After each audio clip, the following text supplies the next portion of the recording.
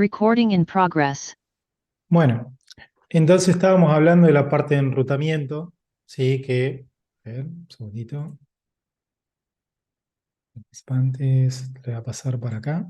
Ella. Ok, ahí está. Bueno, no, hablábamos del enrutamiento, que este proceso de enviar los paquetes de un dispositivo de origen a un dispositivo de destino a través de la red, eh, incluye una serie de pasos, ¿sí? Para poder realizar ese enrutamiento. Los dispositivos, eh, a través de las IP, ¿sí? Se comunican o dan la orden, y los dispositivos encargados para poder enrutar tienen la suficiente inteligencia para poder realizar ese enrutamiento, ¿sí? Por ejemplo, a través de los routers. Y hay, bueno, reglas establecidas, ¿sí? Por ya sea un administrador de red o por un ISP, para poder hacer que esos datos, esas solicitudes de comunicación, lleguen desde el dispositivo de origen al dispositivo de destino. Entonces dice, durante el proceso de enrutamiento, los paquetes se envían a través de una serie de nodos de una red, como routers, switches, que utilizan algoritmos y tablas de enrutamiento para determinar la mejor ruta para enviar los paquetes hacia su destino. Como les digo, hay características particulares de los dispositivos que, por supuesto, no nos podemos adentrar en cada uno de ellos, pero simplemente conocer que todos ellos tienen reglas para tomar una solicitud de un dispositivo y redirigirla hacia otro nodo, que va a ser un componente de la red. Bien, hoy hablábamos de aplicaciones, plataformas, páginas, entonces tenemos que ir desglosando un poquito más en detalle a qué nos referimos con cada una de ellas.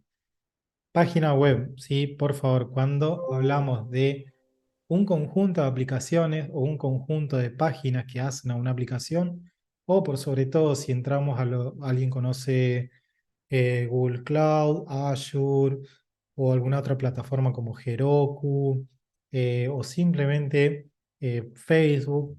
Entonces vamos a ver que no estamos hablando de una simple página web, ¿sí? Como cuando dicen, sí, tenés que anotarte, tenés que registrarte en tal página. Y sí, bueno, hablamos de una página, pero hay algo más que una sola página. Estamos hablando de una aplicación que ofrece una serie de funcionalidades. Y sobre todo si estamos hablando de aplicaciones completamente grandes, como que ofrecen muchísimos servicios como las que le mencioné, de Google Cloud o de Azure, ya hablamos de plataformas web, ¿sí? Entonces, como página web, vamos a hablar de documentos, ¿sí? Electrónicos que están interconectados entre sí y que se puede acceder a través de un navegador. Ahora, una página típica, ¿sí? Con varias secciones, yo podría decir que, está bien, me hago referencia a una página, como por ejemplo la página About, ¿sí? La famosa acerca de nosotros. O también, bueno, contacto. Entonces, una página específica, pero siempre recordar que no tenemos que hacer referencia a una aplicación diciendo página web, digamos.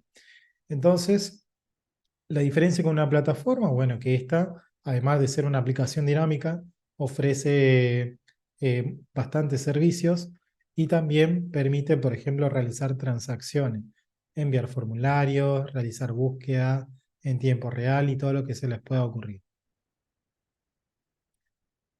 Entonces decíamos que la diferencia entre una web, una página web y una aplicación web es el nivel de interactividad y funcionalidad.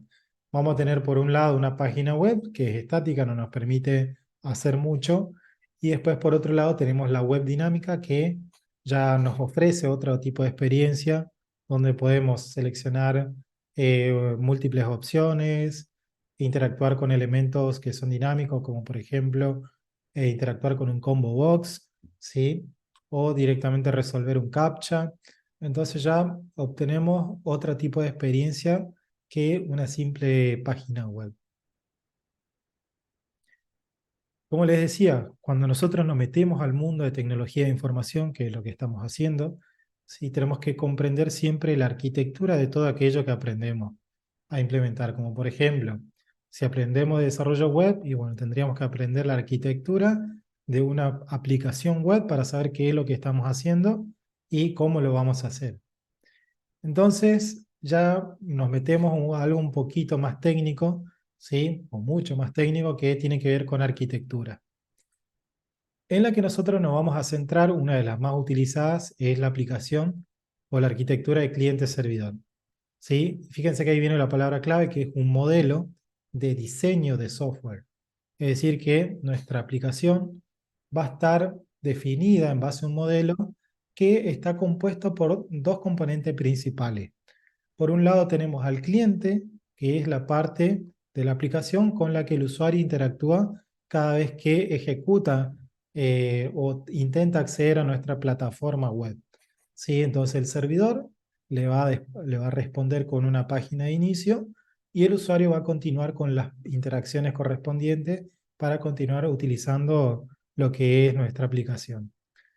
Ahora, esta aplicación cliente, digamos, que se ejecuta en el dispositivo del usuario, ya sea una computadora o cualquier dispositivo móvil, ¿sí? Siempre hablamos por lo general de un navegador, pero no son las únicas aplicaciones clientes que existen. También podríamos navegar, eso lo vamos a ver después en una práctica más adelante, que además de comunicarnos con un servidor web, con un navegador, podríamos hacerlo con una aplicación de consola, ¿sí? Y ahí entonces ya tendríamos que empezar a adentrarnos en lo que son las arquitecturas para conocer más sobre estos tipos de desarrollo que podemos hacer. Pero nosotros, por supuesto, como vamos a crear interfaces con HTML, CSS y JavaScript, vamos a adentrarnos en lo que es la aplicación cliente a través de un navegador. Y luego tenemos el servidor, la contraparte, digamos, de lo que es visible, ¿no es cierto? Se ejecuta en un servidor remoto y se accede a este servidor a través del navegador, como decíamos. Se va a descargar los recursos, las páginas web y cualquier otro archivo que sea necesario para visualizar correctamente esa página web de bienvenida. Y luego vamos a hacer solicitudes que el servidor tiene que estar preparado para poder responder a eso, ¿sí? Nosotros como desarrolladores de servidores vamos a eh, encargarnos de gestionar la lógica o de programar el servidor para que gestione la lógica de qué tiene que hacer cuando un usuario, por ejemplo, se quiera autenticar. O supongamos que tenemos una aplicación que le permite a un usuario cargar tareas diarias. Entonces un usuario quiere realizar compras en el súper, pero también tiene otras actividades y quiere listarlas en una aplicación. Y lo más probable es que, bueno, la aplicación le ofrezca una interfaz que pueda cargar un título y una descripción. ¿Está bien? Hasta ahí está bien. Entonces, cada vez que el usuario carga los datos y presiona en guardar, se realiza un proceso donde se envían esos datos hacia nuestro servidor web y el servidor, que se es conocido como servidor backend, tiene que estar preparado por nosotros para que pueda responder a eso, almacenar eso en una base de datos y poder responderle al usuario si es que esa tarea de guardar eh, se, se produjo de manera correcta o no. Eh, ¿Hay alguien que no puede ingresar al Zoom? ¿Francisco?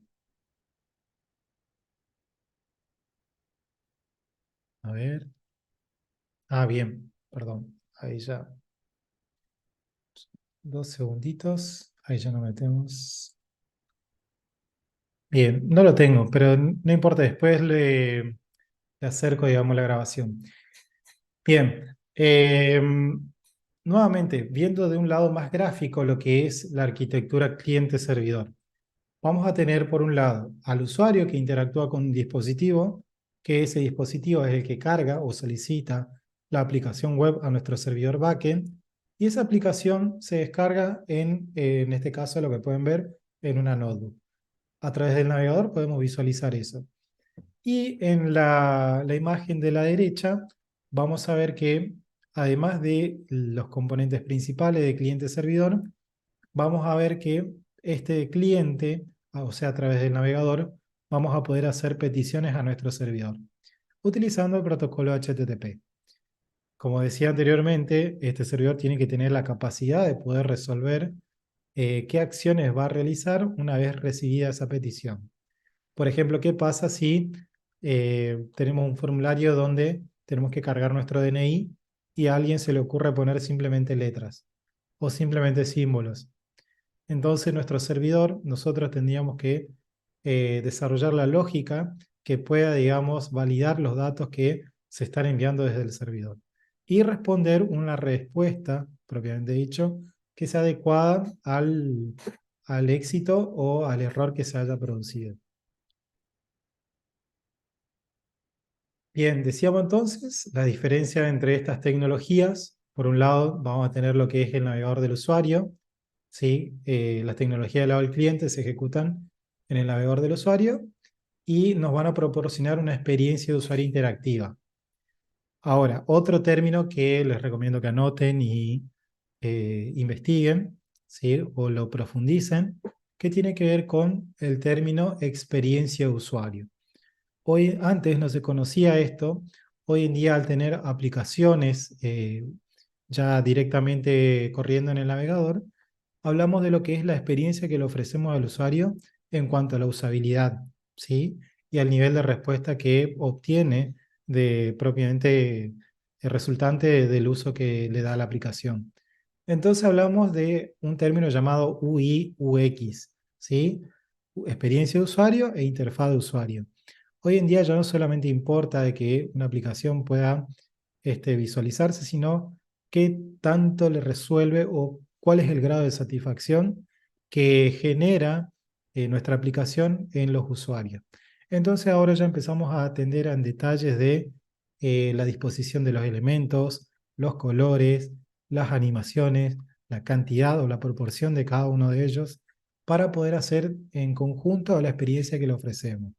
Seguramente si ustedes entran a una aplicación de e-commerce, van a saber cuál de ellas les ofrece una mejor experiencia, con cuál aplicación ustedes se sienten más cómodos para operar una billetera virtual, tanto desde una aplicación que puede ser una computadora, ¿sí?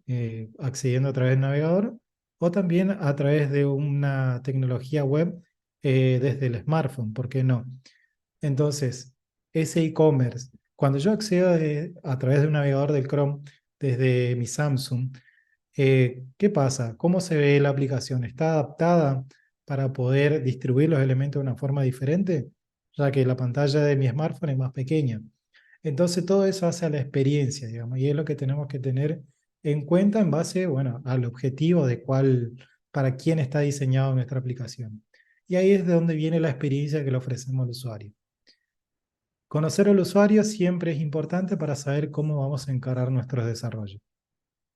Bien, mientras que las tecnologías, entonces, del lado del servidor, que son la contracara de todo esto, es decir, ya hablamos de la parte visible, ahora hablamos de la parte que no se ve y que es bastante importante porque se encarga de interactuar nada más y nada menos que con la base de datos. Este servidor decíamos que se encarga de enviar los datos hacia la base de datos para poder almacenarlos.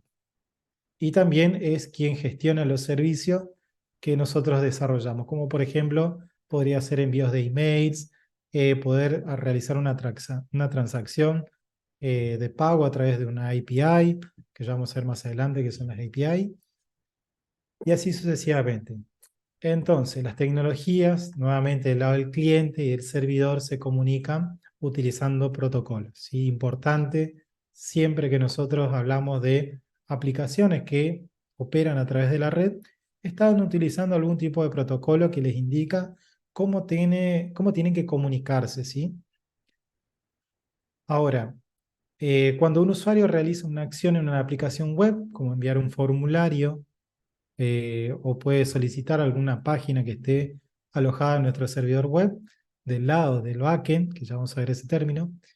Entonces ahí se desencadena una solicitud HTTP, como se conoce, al servidor que aloja la aplicación. Entonces, esa solicitud va a contener la información sobre qué es lo que está intentando realizar el usuario contra mi aplicación del lado del servidor. Como decíamos hoy, está intentando guardar una tarea, o está intentando registrarse en mi aplicación, en mi plataforma, o está intentando acceder a mi plataforma, ¿sí? todo eso podemos identificarlo a través del tipo de solicitud y eso lo vamos a programar nosotros, ¿sí? El usuario, por supuesto, no va a decir, mira, esto es una solicitud HTTP para hacer tal cosa. Es el programa que va a ofrecer todas esas características y nosotros de alguna forma tenemos que hacer convenir eso, de que de alguna manera nuestra aplicación cliente pueda hablar con la aplicación de servidor. Entonces, en resumen, vamos a tener nuevamente nuestros componentes. Ya dejamos un poco de lado la parte de redes que estábamos viendo y nos vamos a centralizar en estas acciones principales, donde un cliente solicita un recurso, como puede ser la página web de inicio, o también puede ser la aplicación entera en sí, donde a través de ella en el navegador va a empezar a realizar posteriores solicitudes. Y esto lo que va a hacer es que desencadena en el servidor una respuesta que puede ser satisfactoria o no. ¿Preguntas hasta acá? ¿Ninguna? ¿Se entiende todo? ¿O están esperando la grabación? ¿Bien? No, sí, sí, se entiende, profe, se entiende. Bueno, tecnología del lado del cliente, ¿sí? Ahora, ¿qué pasa con las tecnologías del lado del cliente? Ya vamos terminando con esto. Las tecnologías del lado del cliente, también conocidas como frontend, y ahí es donde hoy habrán escuchado que hablaba de algo como el backend, ¿sí? Hay dos términos que son muy comúnmente y hoy muy utilizados, que es el desarrollo frontend y el desarrollo backend. Por un lado vamos a tener lo que son las tecnologías que nos permiten crear interfaces, que son las que ustedes pueden visualizar cuando entran a una aplicación. Y por otro lado, como decíamos, el backend, ¿sí? Que es todo aquello que no se ve, pero que gestiona la lógica, todo lo que es importante y crítico en la aplicación que nosotros desarrollamos. Estas tecnologías, bueno, como dice, permiten la creación de aplicaciones web interactivas, dinámicas y se actualizan en tiempo real sin necesidad de actualizar la página completa. Hoy yo les mostré un script de PHP de toda la vida, que, bueno, tendría que, sí, bueno, yo me considero más backend que full stack, pero bueno. Lo que sucede con las aplicaciones del lado del cliente, perdón, las tecnologías del lado del cliente es que con las que contamos hoy, que son React, de las más famosas voy a mencionar, son React, Angular y Vue, ese tridente que lideró el mercado bastante tiempo. Bueno, ¿qué pasa con estas tecnologías? Nos permiten crear interfaces, ¿sí? Pero nos exigen una serie de requisitos para poder alcanzar estos objetivos. Y vamos a ver un poquito sobre estas tecnologías.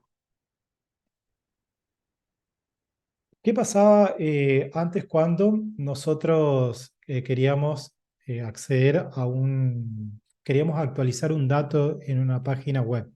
Con PHP podría pasar que solicitamos una página o enviamos el dato de un formulario y el servidor backend lo que tenía que hacer era construir toda la página nueva que nos iba a responder y remitirnosla. Ahora con las nuevas tecnologías del lado del frontend, ahora simplemente comunicamos datos del lado del cliente o frontend con el servidor y simplemente a través de JavaScript, que ya vamos a ver más adelante, podemos modificar ciertas partes de la página para evitar, digamos, hacer una sobrecarga en el servidor o mejor dicho, en la transmisión de los datos.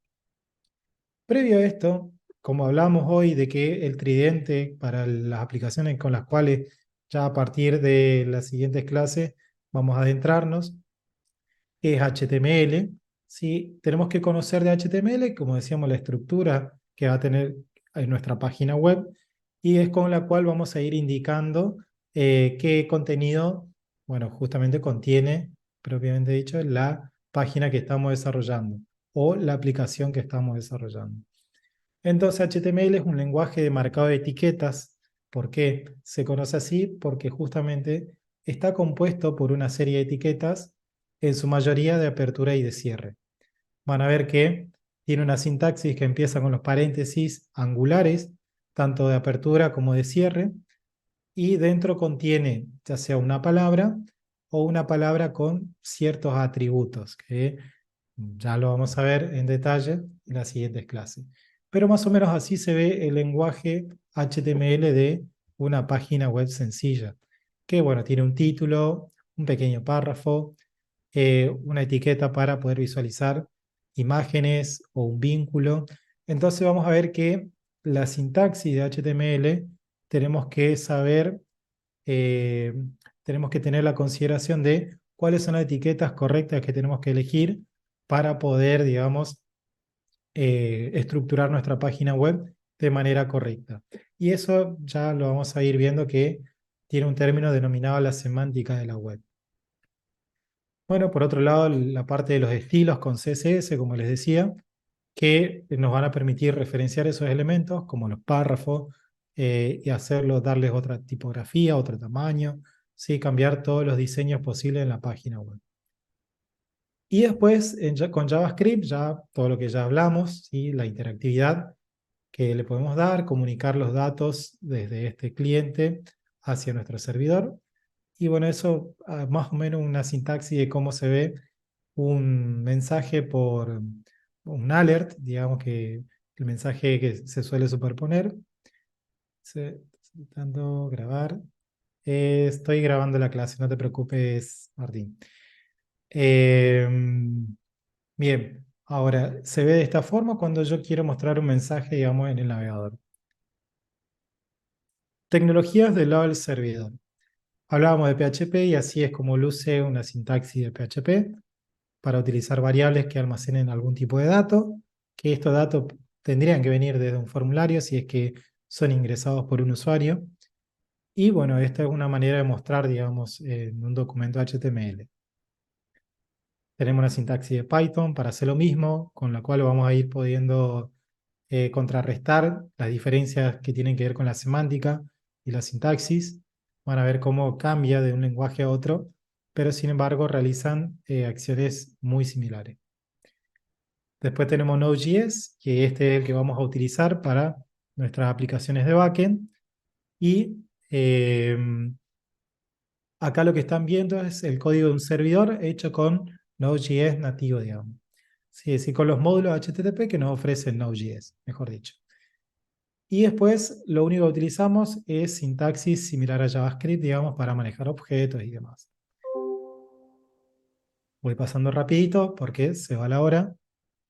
Ahora, base de datos. Dijimos que este no es un curso de base de datos, pero por supuesto que para poder tener una aplicación integral necesitamos de alguna manera saber qué son las bases de datos, ¿sí? Aunque no hablemos de triggers, ni procedimientos almacenados, ni muchas otras cosas que ofrecen las bases de datos. Las bases de datos vamos a verlas como un conjunto organizado de datos que están estructurados en una determinada manera, ¿sí? ¿Para qué? Para que puedan ser accedidos y administrados de manera eficiente. Ya está. Entonces, las bases de datos están pensadas por sus creadores para que el acceso a los datos que se almacenan en ellas pueda ser puedan ser obtenidos de manera eficiente, como así también insertados y poder agregar algunas características que lo hacen diferentes de uno u otro desarrollador de base de datos. Tenemos, por ejemplo, las SQL, que es la que nos vamos a centrar, digamos, y tienen una característica principal que es una base de datos definido por entidades y tablas, ¿sí? Y estas tablas tienen a los datos relacionados estrechamente entre ellos, ¿sí? Y para poder diseñar una base de datos SQL, tenemos que tener en consideración cómo se relacionan los datos. Después tenemos otras bases de datos, otros tipos como por ejemplo las documentales, como MongoDB, que almacena documentos en formato BSON. No se preocupen si no conocen el formato. Simplemente recalcar que a diferencia de SQL, no nos obliga a seguir una relación entre los datos, ¿sí? Y básicamente eso, conocer sobre las tecnologías nos ayuda a esto. A la hora de elegir el stack que vamos a seleccionar para hacer una aplicación, vamos a tener todas estas consideraciones. Pero simplemente eso, la base de datos, conjunto de datos que están relacionados, en nuestro caso para MySQL, y que, bueno, nos van a permitir registrar todo lo que hace el usuario, o todo lo que queremos registrar del usuario, ¿sí?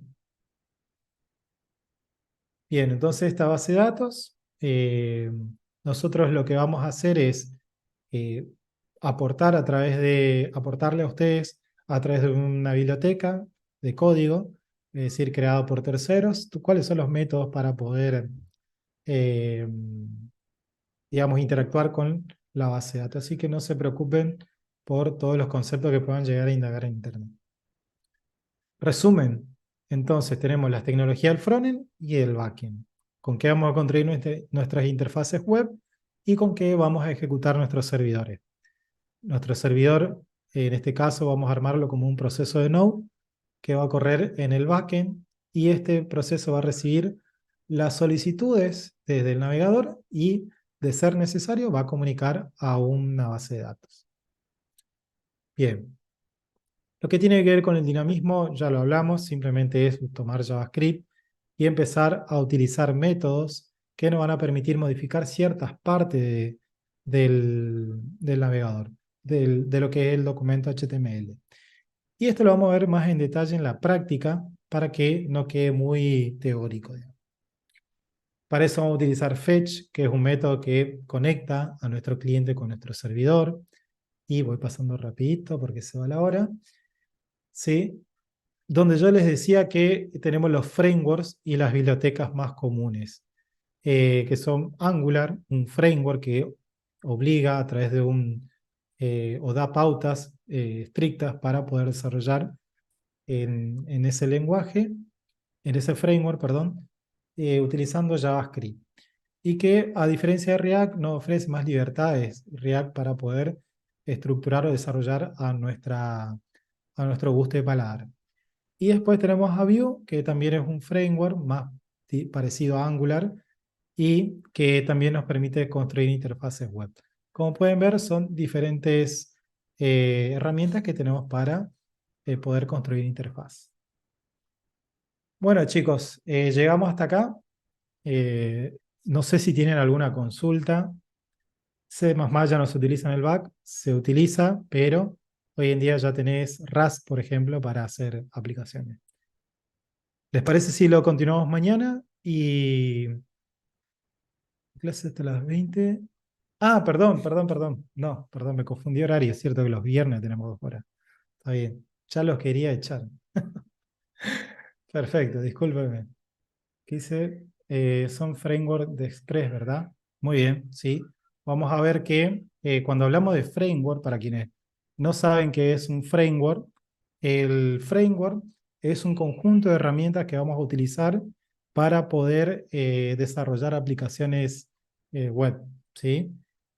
Ahora, ¿los frameworks solamente sirven para eso? No, tenemos framework para todo tipo. Pero en nuestro caso, hablamos de herramientas que nos dan pautas ya. En Angular, ahora no tengo un código hecho en Angular, pero, bueno, dice que en 10 minutos se termina, pero nos volvemos a unir. Los frameworks como Angular, cuando vos creas un proyecto, te deja una serie de directorios y archivos que permiten que nosotros podamos en cada parte ir colocando o ampliando las nuevas características de nuestro proyecto, de nuestra aplicación.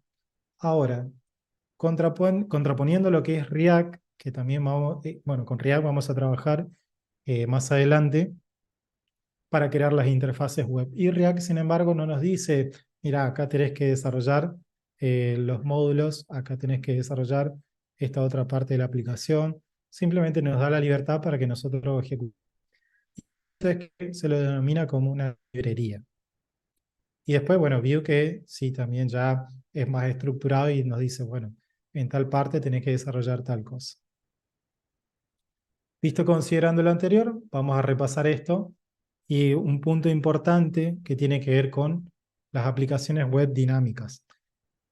Hablamos de tecnologías como Angular, React y Vue, sí que ustedes pueden indagar después de qué se tratan en mayor detalle, pero básicamente se basaron en un enfoque que tiene que ver con modificar ya no una página entera, sino modificar ciertas partes para optimizar el rendimiento de la aplicación. ¿A qué voy con esto? Hoy veían ustedes un código hecho con PHP, vamos a verlo por acá, ¿sí? ¿Qué pasaba con el código PHP? Cuando programamos puramente en PHP, nosotros solicitamos a través de un formulario datos al servidor y el servidor, en vez de simplemente regresarnos datos, nos regresa a una página web entera. Ahora, con los nuevos enfoques y gracias a JavaScript, pudimos utilizar métodos que nos permitían agregar una interfaz que simplemente vaya y solicite datos al servidor, y una vez que el servidor nos responde nada más que los datos, ¿sí? Poder utilizar las sintaxis de JavaScript para manipular el DOM. ¿Sí? Tenemos la ventaja de que JavaScript tiene esa capacidad, entonces ya no necesitamos enviar una página o solicitar una página y que nos retorne otra. Si ustedes lo piensan un poco más en detalle, lo que incurre eso es que vamos a tener una sobrecarga en el servidor en cuanto a las solicitudes o la cantidad de datos que se transmiten. No es lo mismo enviar 200 bytes de información y recibir 30 kilobytes, que aunque ustedes no crean, es un montón, ¿sí? Para lo que es la transmisión de datos. Entonces ahí es donde viene el enfoque que utilizan las aplicaciones web dinámicas y que se da a través de lo que es una API. Una API, y por favor esto sí, apréndanselo bien, porque lo van a escuchar un montón de veces a lo largo de la cursada, lo que son las API o APIs, que son interfaces de programación de aplicaciones. En resumen, lo que hacen es conectar a dos software, ¿sí? Y, bueno, permitir, por supuesto, comunicarse entre sí. Entonces, esta interfaz de programación de aplicaciones con JavaScript, vamos a utilizar un método que se llama fetch. Y sobre todo, perdón, ¿cómo dice? Una pregunta, ¿vamos a llegar a usar APIs? Sí, por supuesto. Vamos a llegar a hacer una aplicación entera. Pero con la diferencia de que no vamos a hacer una aplicación compleja, sino que vamos a hacer una aplicación que nos permita realizar las operaciones básicas, o algo que se le conoce como CRUD, ¿sí? Lo voy a escribir acá, de create, read, update y delete, ¿sí? Entonces, esto es lo que nosotros, a ver, me parece que no lo escribí a todos. Un segundito. Sí, por ahí alta, baja y modificación es como que te está faltando, digamos, estás hablando de crear, de eliminar y modificar, y bueno, la lectura, sí, está bien. El famoso ABM, como le llamaban. Hoy lo conocemos más como CRUD cuando hablamos de API, y, pero sí, es exactamente eso. Bien, sí tiene que ver con create, read, update y delete, digamos que son los términos en inglés, para crear, leer, actualizar o eliminar datos de una base de datos. Entonces, a través de JavaScript vamos a hacer solicitudes HTTP a través de fetch, ¿sí? Con nuestro código de JavaScript del lado del navegador. Pedimos datos al servidor y el servidor nos retorna simplemente datos. Esto aporta un montón a la eficiencia de la página y por sobre todo podemos ir modificando solamente partecitas del DOM, ¿sí? En el HTML, y eso va a hacer que nuestra página le ofrezca una mejor experiencia de usuario. Bueno, entonces, ¿cómo se utiliza Fetch? Yo sé que acá estamos hablando de mucha teoría y no hay nada de muestra de código, pero como les digo, todo lo que tiene que ver con código ya viene en los módulos respectivos. Acá hacemos uso de la teoría y, por supuesto, cualquier término, lo que me interesa es que ustedes vayan adquiriendo términos para que vayan armando su glosario o vayan consultando sobre algo que no van entendiendo, que por eso les recomiendo que utilicen el chat y me consulten cualquier término que no se entiende, ¿sí? Entonces volvemos a lo de fetch y decíamos que va a ser un método. Entonces en JavaScript hay una forma, por eso se llama método, para poder hacer que una aplicación sea más dinámica al permitir que los datos se carguen y actualicen de forma síncrona. ¿Qué significa esto? Ya vimos que los elementos que componen a todo el stack de tecnologías es una aplicación de frontend, aplicación backend, ¿sí? Y en el cual tenemos a un servidor y a una base de datos. Cuando hablamos de base de datos también hablamos de un servidor de base de datos, ¿sí? Porque está corriendo como un servicio en la computadora o en el servidor propiamente dicho, y eso hace que nosotros tengamos que configurar nuestra aplicación que va a estar corriendo con Node.js y se tenga que comunicar a través de un puerto con el otro programa que se encarga de gestionar el almacenamiento de los datos. Entonces, a ver, perdón, hay una pregunta, ¿nos van a proporcionar material de lectura estudio? Sí, el material está en la plataforma, o no está en la plataforma. Tendría que estar, chicos, ¿no está el material de lectura? Me parece que está, ¿eh? Sí, sí, está Sí, sí. el Ah, material perfecto. de... O sea que, sí, ese sería, si quieren yo puedo agregarle sitios para que ustedes puedan indagar más, pero realmente es aprender un poquito sobre cada uno de los nombres que yo le estoy pasando. La interacción de esto lo vamos a ir viendo en detalle con la práctica, pero básicamente todo lo que les estoy explicando está en el material teórico. Bien, ahora decíamos que entonces Fetch lo que va a hacer es comunicar desde la interfase que nosotros desarrollamos, ¿sí? A través de Fetch vamos a hacer una solicitud HTTP y esta solicitud HTTP va a impactar en nuestro servidor y de acuerdo a la acción que quiere realizar el usuario, va a interactuar o no con la base de datos. Entonces, si el usuario intenta guardar un nuevo registro de una tarea, va a realizar el tipo de petición HTTP que corresponde a esa acción, ¿sí? Que por supuesto nosotros desarrollamos eso, y entonces sí vamos a hacer que nuestra aplicación de servidor almacene esa tarea en la base de datos. Y después le responda, por supuesto, de que la acción fue exitosa. Ahora, esto cuando nosotros utilizamos una aplicación se hace de forma instantánea, ¿cierto? Parece que cargamos una tarea y no pasa ni siquiera un segundo y ya la tarea está almacenada y tenemos el mensaje. Pero ahora, ¿qué pasa si en los servicios que estoy utilizando para guardar la base de datos hay un delay, digamos, es decir, mando la solicitud para guardar y la base de datos no está disponible o está respondiendo con mucha lentitud debido a la cantidad de peticiones que se hacen? Entonces, gracias a la programación asíncrona, podemos hacer que mediante JavaScript hagamos una solicitud HTTP a nuestro servidor y que eso pueda